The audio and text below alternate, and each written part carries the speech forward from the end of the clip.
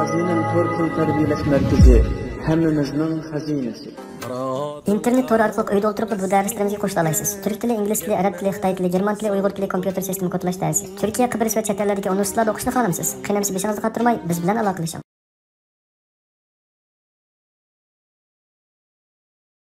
Burunqi zamanda bir odam qeyrib, müşchib ketgan og'riqchan dadisini beqish eg'ir kaygashga, taqqa et chiqib, egiz hangdan tashlab etishni ko'ngliga pikibdi. Kunlarning birida o'g'il dadisini ko'tirib, taqqa qarab mengibdi.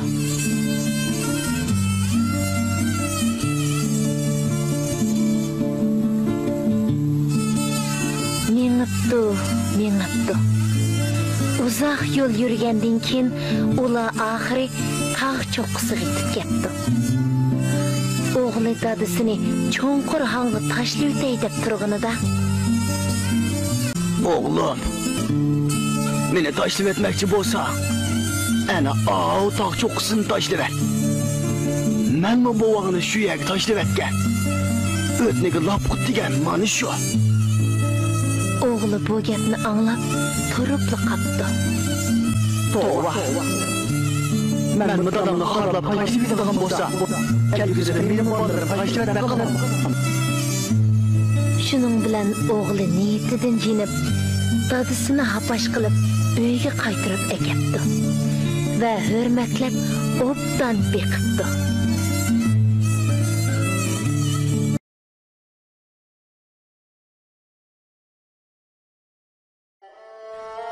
Burunqi zamonda bu yerga yaqinmi emas, yiroqmi emas bir yurtda bir azim daryo bo'lgan ekan. Daryoga yaqin joyda bir beliqchi buvoy yashaydi ekan. Uning ikki o'g'li bo'lib, ularning onasi burunli o'lib ketgan ekan. Buvoy bo'lsa daryodan tutgan beliqning yerimini bozorda setib, uyga un, yog', ko'ktatlarni setib oladi ekan. Qolgan yerimini uyga olib, bolalari bilan pishirib yeydi ekan. Aylar, yillar o'tibdi. Bir kuni buvoy tuyuqsizla og'rib qoldi. Buvoy ikki o'g'lini chaqirtib, ularga vasiyat qildi. O'g'lim, sen ukam obdan qara. Unaga ham ona, ham dadi bo'l. Sen bu akangning gapini angla. Ko'p o'tmay, buvoy yo'riq dunyo bilan xo'shlashibdi.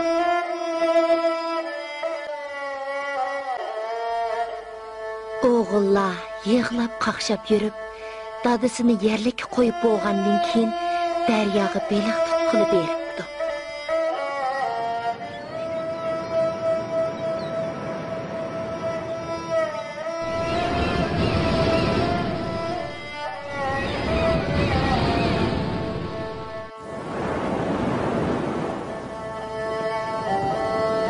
Lekin shuncha tirishibmi, aralib bir talla beliq tuta olibdi.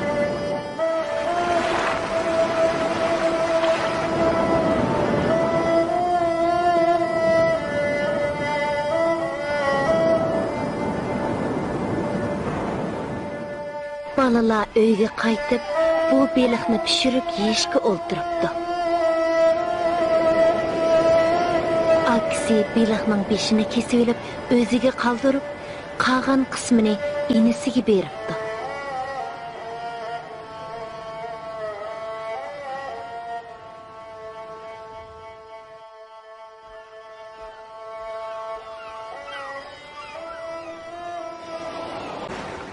Kunlar shu tariqada o'tibdi. Bir kuni uyqusining qo'sig'iga jin kiribdi. Akam neymişki beliqning beshini o'zi yeydigandu. Buningda cho'qim bir gap bor. Xap, men cho'qim uni yo'qitib, beliqning beshini o'zim yeyman. Atsi ular odati bo'yicha daryoga beliq tutqili chiqibdi. Ular burunqideklar bir talla beliq tuta olibdi. Aksi narsalarni yig'ishtirib, uyga qaytishga tamshilganida Aka, o yerga qarag'ina, ajoyib bir beliq ko'rinyapti-da.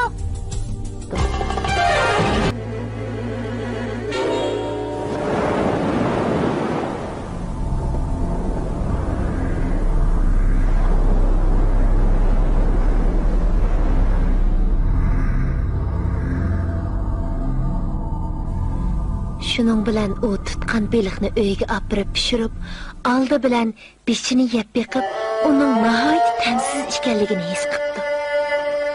Ham o'zining xatolashganligini bilib, urib yig'labdi.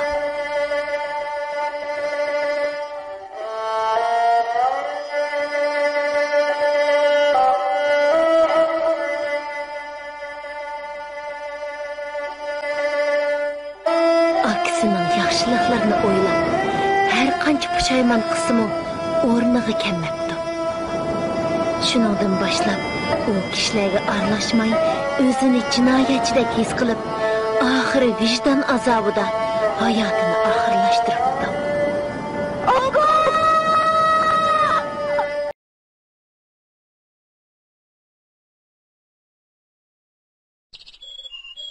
Tezroq bo'l, o'g'lim. Mana dada keldi.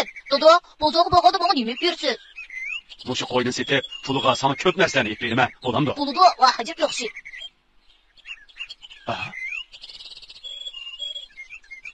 O'g'lim, qara, u yerda otning ko'ni taqib turdi. Elib xo'jamga sep qo'ygan. Lozim bo'ladi. Voyjon dada, u koni otning toqisini otang yurish bilib, xo'jamga silvag'anga tushib ish yo'q. Bo'ldilar, u koni taqib nimaga yaratdi? Bo'ldilar dada, avval bunga yo'lini qilmaydi-ku. Undaq dema, o'g'lim. Kerakli tashning egri yo'q degan gap bor. Edi vaqt. Nima qilamiz, yuzini eg'irlab, ish qilib ne olmaydi. Undaqda men elib olay. Bu taqi qo'nroq bo'lsa, cho'qim asqatib. Dada, endi mo'maydi-ku. Ha, mana mangdoq.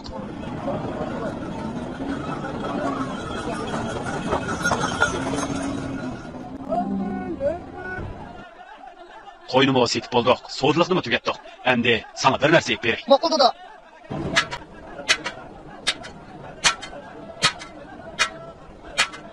Assalomu alaykum. Va alaykum assalom. Kasta, bilan ishlar bormidi? Menda ko'ni bir atoqsi bor edi. Shuni sotmoqchi edim. Buni qancha tangaga oladi ekan? Men bir ko'rib boqay. Qani, marhamat. Bu taqaning bahsi bir tanga bo'lsa qanday? Bo'pti, bir tanga bo'lsa. Men bu bir tangaga o'g'limga shundoq yaxshi bir narsa yeb berayki, uni o'g'lim menga unutamay qolsin. Qani, bu bir tangani olsa, rozi bo'lsanmi? Rozi bo'lmamdigan, rozi bo'ldim.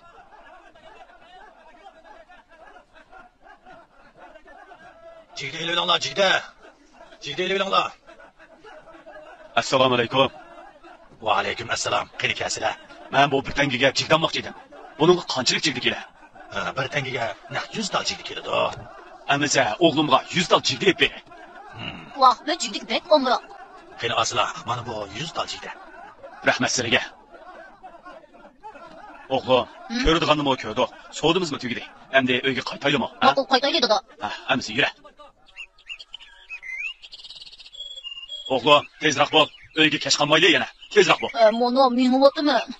Voyjon, qo'rqimda kechib qo'rqib ketdi. Odam bozordan tomoq iplanganing ustiga men iplanganlikda jigdini yonchiqqa selib edi. Xiyolida yo'q ketib qoldi. Yomon berilgan. O'g'limning qo'sag'i cho'qim ochdi.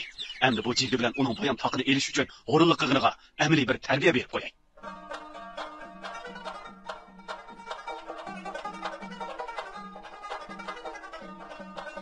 Vah, jigda, bu jigda dodamga yonchiqda tushib qopti-da. Vah, nima bo'lsa, shu jigda bilan bo'lsa, qo'zg'amni ozroq qo'llab turay, a?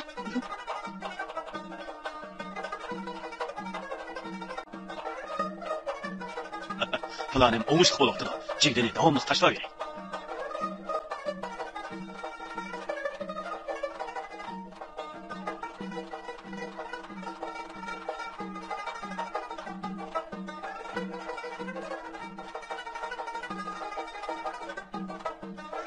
Doksan sekiz. 99. Mana 100 qitim enişte.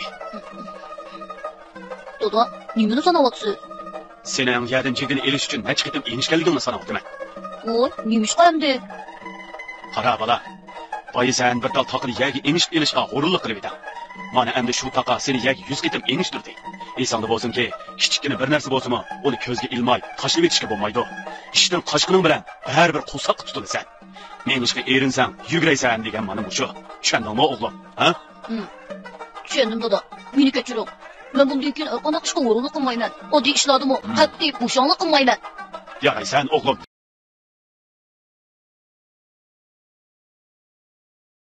burunqi zamonda bir cho'ng boy bor ekan. U doim oson qo'lga keladigan mol dunyo bo'lsa, qarab to'ymayman. Japa chiqib erishadigan mol dunyo bo'lsa, nazar ko'zimni sep qo'ymayman, deydi ekan. Va aysh ishrat kayf safa bilan kun o'tkazadi ekan. Kunlardan bir kuni ketib etib, yer haydayotgan qavun bir dehqonga yo'liqibdi. Boy uni qo'lga tushirmoqchi bo'lib, ichida bir shumliqni o'ylashga kirishibdi. Dal mush chaqda qo'shning tishi bir narsaga qattiq urilibdi. Dehqon shunda qarasa, qo'shning izidan yo'g'on bir ko'zi ko'rinibdi. Dehqon ko'zini elib qarasa, lip-miliq oltin ekan. Buni ko'rgan boy ko'nglida jafo chekmay osonla erishadigan mol dunyo degan mana shu deb xushalliqdan terisiga sig'may qopdi va tang bo'lib turgan dehqonga: "Ey, bu mening ota-bobomdan miros qolgan yer. Sana bu yerni haydashga kim ruxsat berdi? Sen o'g'ri bu yerni haydab, ko'mib qo'ygan oltinimni o'g'irlamoqchimiding?" deb dehqonga esilvapti. Dehqon: "O'zingni xarqig'ich kuchingni xarq qil" debdikan. Her nim bo'lsa, o'z kuchim bilan topay deb o'ylab, ko'zini oltin bilan boyga beribdi. Xushalliqdan boyning og'zi qilqiga yetib, darhol uyga qaytibdi-da, ishkir qaznaga kirib, eshikni mahkam etibdi. Va ko'zning og'zini shundoq etishiga, ko'zning ichidan mig'ildab harlar uchib chiqib, boyning bosh ko'zini chiqib, qapoqdek ishitib etibdi. Boy ming tasda uydan qochib chiqibdi-da, ko'zini ko'tarib dehqondan ish olmoqchi bo'lib minibdi. U dehqonning uyiga kelib, o'ziga ko'zini ip chiqib, "Meni chaqqan hara, senimi chiqib boqsin?" deb mo'risidan to'kibdi. Dehqon uyda ekan. Qarsa, mo'risidan oltin kumushlar jaranglab tushib, uyni liq to'ldiribdi. Buning bilan dehqon nihoyat yaxshi turmush kechiribdi. Aram tamoq boy bo'lsa, har chaqqan badanning og'rishidan saqlanmay o'libdi.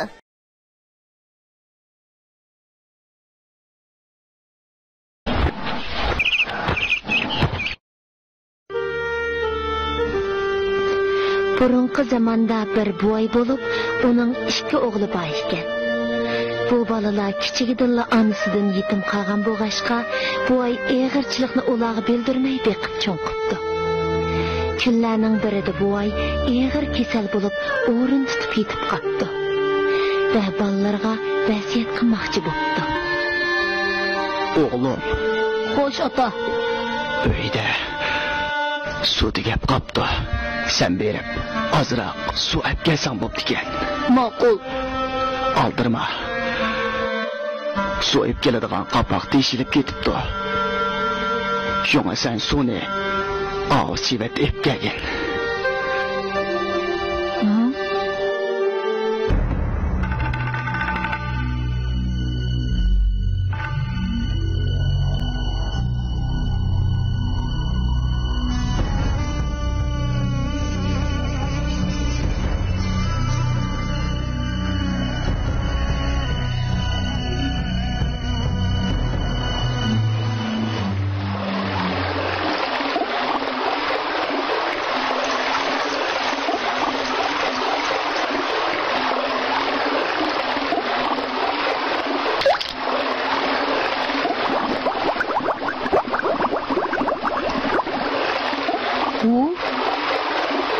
Musibatda bir tomchi suv qolmabdi-ku.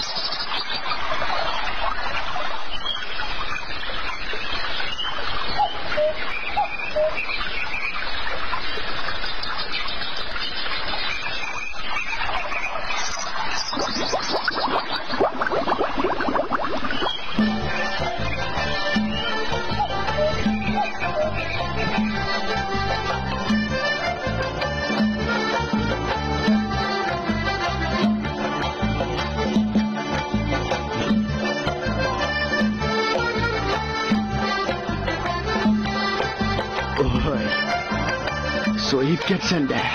Ha.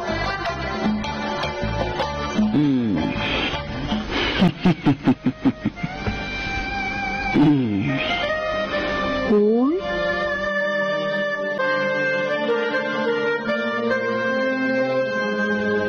Aqlına barikallah oğlum.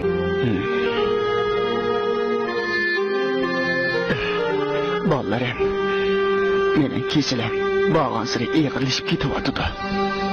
Özümge bu ayal, güllerim uzun kalmadı. Bu alemde ketiştim burun, sizlerge kaldırdığım birli vesiyetim var. Sizler, her kandak iş kılgan çağda, akıl işiltişke mahir bulunlar. Esinglarda bolsun, kalla işiltip sebep kısanglar, sevetdim o, su to'xtaydi.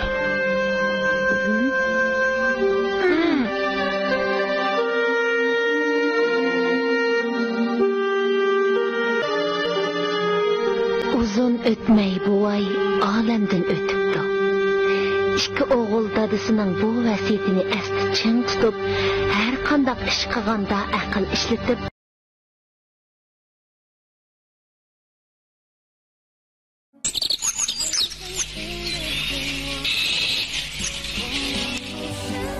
bir bu ay iki eşekki yük atıp yolga çıkıptı. Bir eşekning yüki ağırrak, yana bir eşekning yüki yenikrak ekan. Eşekning biri yana biridan yordam so'rabdi. Aka, men faqat bo'lamadim. Menga bir oz yordam qilib, u yuklardan biror tog'ani bo'lsin ko'tirish basang bo'pti ekan. Shundoq qila aka. Bunda qısak bo'lmasmikin? Bu yüklerden Mehmet yıkıp hayatıyla qutulgan tırsam.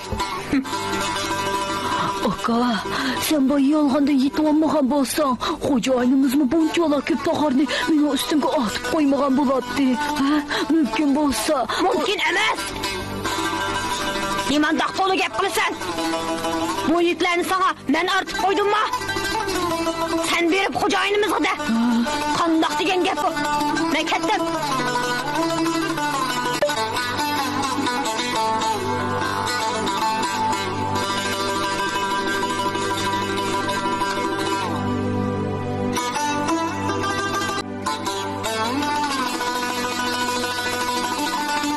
Shundoq qilib yuk eg'ir eshak herib holi qolmay oxiri o'lib qoldi.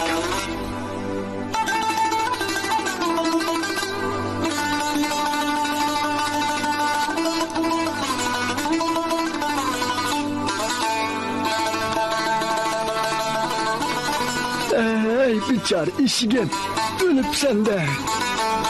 Endi bu yıktımı mavi işek atmaktan başka amal kalmadı.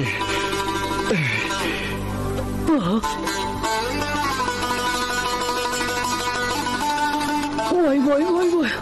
Nimandaq ig'ir yuklar bu. Yuklarni inim bilan tan ko'targan bo'lsam, bu halg'am tushib qolmas edim. Xo'p bo'ldi. Kim meni hurunlik qilsin debgan. Hurun eshakning yuki ig'ir degan shu kanda. Oy jon.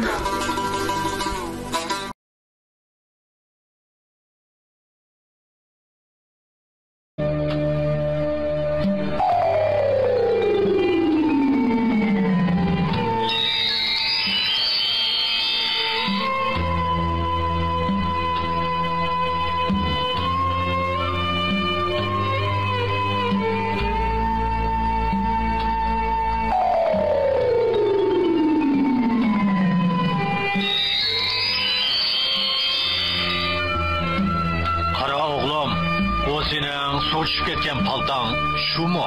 Yo'q, bu mening paltam emas. Mening paltam bundoq oltin palta emas. Ham bundoq chiroyli emas.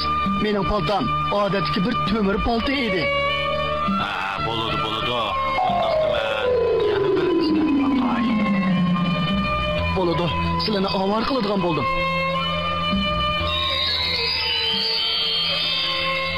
Mana bu sening paltangmi? Yo'q, bu mening paltam emas. Bu mening paltam emas. Mening paltam bundoq chiroyli kumush palta bo'lmasdan, balki ko'ndirab ketgan palta edi. Bo'ladi. Men yana bir istab baqay. Aldılarda behecilmen. Paltam tepulami zade. Bu senin paltan şu mu? Şudak. Bu del meni paltam. Del o'zi. Rahmat sizga. Rahmat. Hakikaten rastçıl adamken sen, senin samimiyetin beni tesirlendirdi. Şundak boğaşka bu altın paltı bilen kömüş paltınımı sana soğuk kılay. Rahmat sizga. Ko'p rahmat. Men qilgan bu yaxshiliklarni hargizmi unutmayman.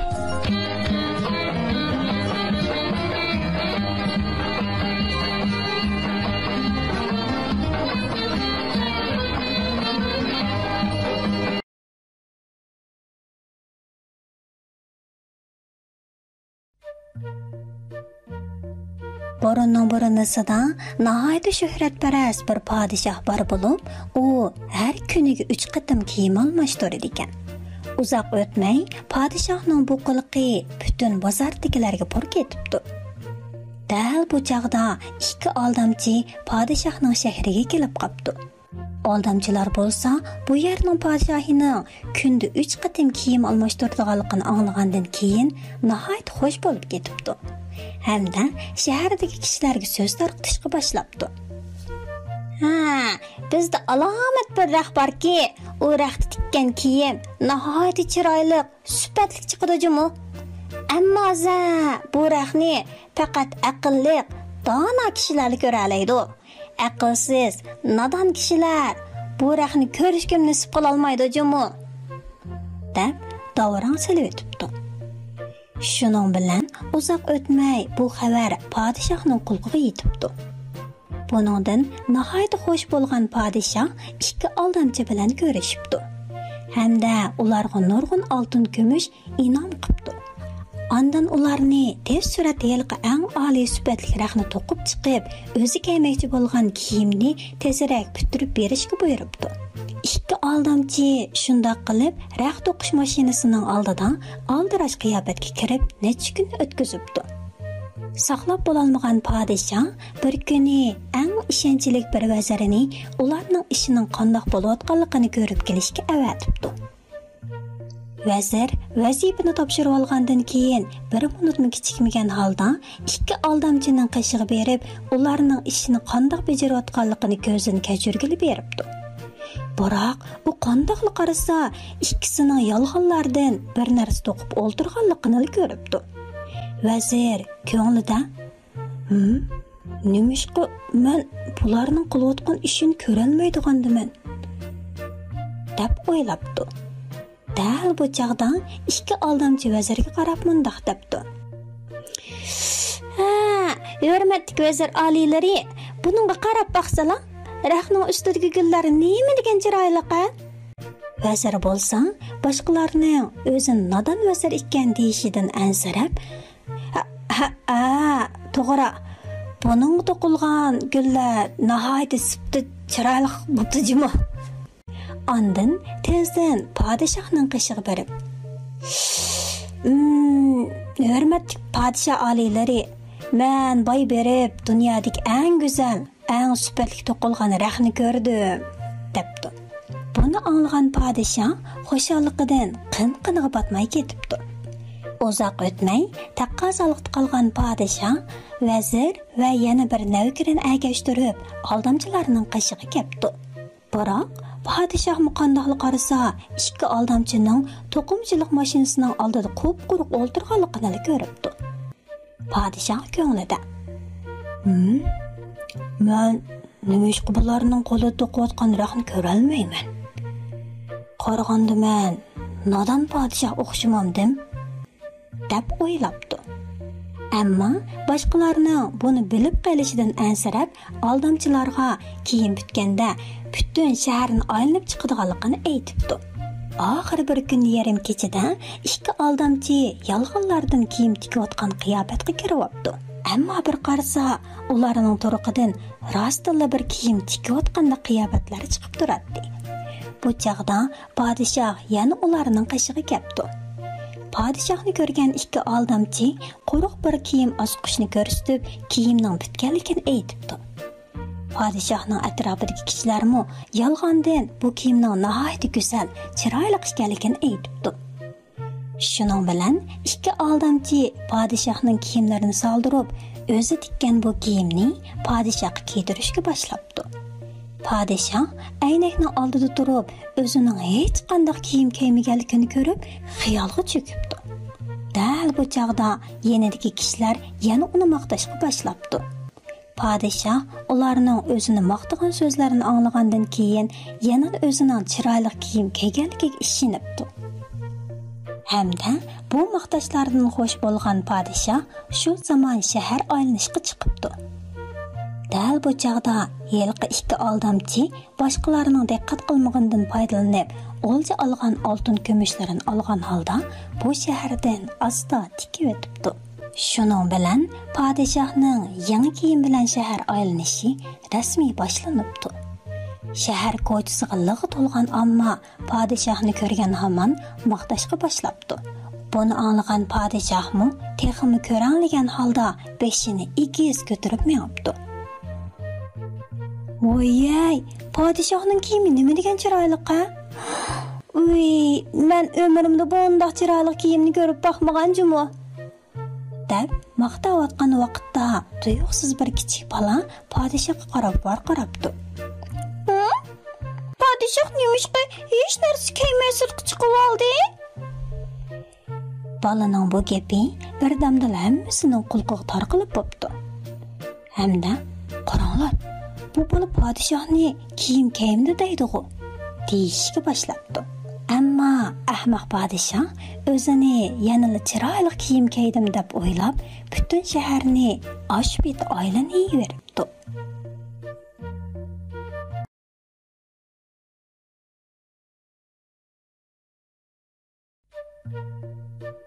Bo'ronning bo'ronisidan qahrdan qishda nihoyat qattiq qor yog'ib ketibdi. Bu yilqi qishning sovuqini til bilan tasvirlab bergili bo'lmaydi ekan. Dal mushundaq judonliq kunda shahar ichida ham to'nglig'an, ham qursiq ochgan bir kichik qiz u yoqdan bu yoqqa mengib yuribdi. U uchisiga nihoyat ko'nirgan bir nefis ko'ylak kiygan bo'lib, uning oyoqimi o'zidan cho'ng ekan. Bu qizchaq sovuqdan to'nglig'an holda qo'lidagi sarangilarni tezroq setib o'tishni o'ylabdi. Sarangi sotdiman, sarangi olamsizlar, sarangi elib olinglar. Sarangi sotquchi qizchaq shuncha to'lg'an bo'lsa-mu, biroq hech kim uningga qarabmi qo'ymabdi. Dal bu chaqda shahar ko'chasida nihoyat aldirab ketayotgan bir ot harusi paydo bo'ldi. Buningdan qo'rqib ketgan sarangi sotquchi qizchaq yo'lning chetiga yiqilib ketibdi. Hamda putidagi o'ziga cho'ng kelib qolgan oyoqmi tushib qoldi. Dal bu chaqda nihoyat kapsiz bir o'g'il bola kelib sarangi sotquchi qizchaqning oyoqini elib oldi. Hamda oyoqqa qarab, "O, nim degan yo'g'on oyoq bu. Men bu oyoqni elib ketib, kuchukimga uv qilib bersam qolmoshquday." Shuning bilan bechora sarangi sotquchi qizchaqning kiydigan oyoqimi qolmabdi. U mushu judonliq kashda yalang oyoq mengishga majbur bo'libdi. Qizchaq shuncha to'nglig'an bo'lsa-mu, ammo uyiga qaytishga jur'at qila olmabdi. Chunki uning nihoyat razil bir o'gay dadasi bor bo'lib, uning oyog'ini yutirayotganligini ham sarangilarini sotolmaganligini bilsa, cho'qim uni rosa dumbalaydi ekan. Sarangi sotquchi qizchaq mushlarni xiyol qilganicha mengibdi. Oxir bir nihoyat boy kishilarning eshik oldiga kelib to'xtabdi. Shuning bilan sarangi sotquchi qizchaq to'nglig'idan mang'almay qopdi. Hamda uyning oldida o'ltirgan petdi sovuqdan to'nglab, qizirib ishib ketgan putlarini nefis ko'ynagi bilan to'sib, ozroq bo'lsa-mu dalda qilmoqchi bo'pti. Biroq nefisg'ina bir kiyim qanchalik dalda bo'la oladi deysiz. Oxiri chidamagan sarangi sotquchi qizchaq avaylig'inicha bir tal sarangini qaypidan chiqarib tutashtiribdi. Sarang uchqunini ko'rgan qizchaq o'zini xuddi o'choq qishida isinib o'ltirgandek his qildi. Biroq tuyuqsiz bir shamol kelib, sarangini o'chirib o'tibdi. Sarangi sotquchi qizchaq oldirgan holda yana bir tal sarangini qapishtiribdi. Bu chaqda uning ko'z oldiga nihoyat mo'l bo'lgan noz ne'matlar keldi. Qizchaq Әмді Джозның o'ttirsidagi yo'g'on o'rdak ko'pi qo'l uzatishiga o't yana o'chib qapti. Shuning bilan o'rdak ko'pimi yo'q bo'pti. Oxiri saranga sotquchi qizchaq 3-saranga tilini tutashtiribdi. Bu qatam u o'zining ko'yimchan oq ko'ngil mo'misini ko'ribdi. Hamda mo'misini ko'rib hayajonlangan qizchaq mo'misiga qarab, "Jinim mama, sen o'zing bilan meni tang elib ketgin. Seni pek sig'indim." debdi. Hamda o'tning o'chib qolishidan ansirab butun sarangalarga o't qepishtiribdi. Oxirida u rostilla mo'misining illiq bag'riga o'zini etibdi. Hamda mo'misi bilan tang erkin parvoz qilibdi. Ular parvoz qilayotgan joylarda ochliqdan, kiyim-kechakdan, sovuqdan qo'rqadigan ishlar aslo yo'q ekan.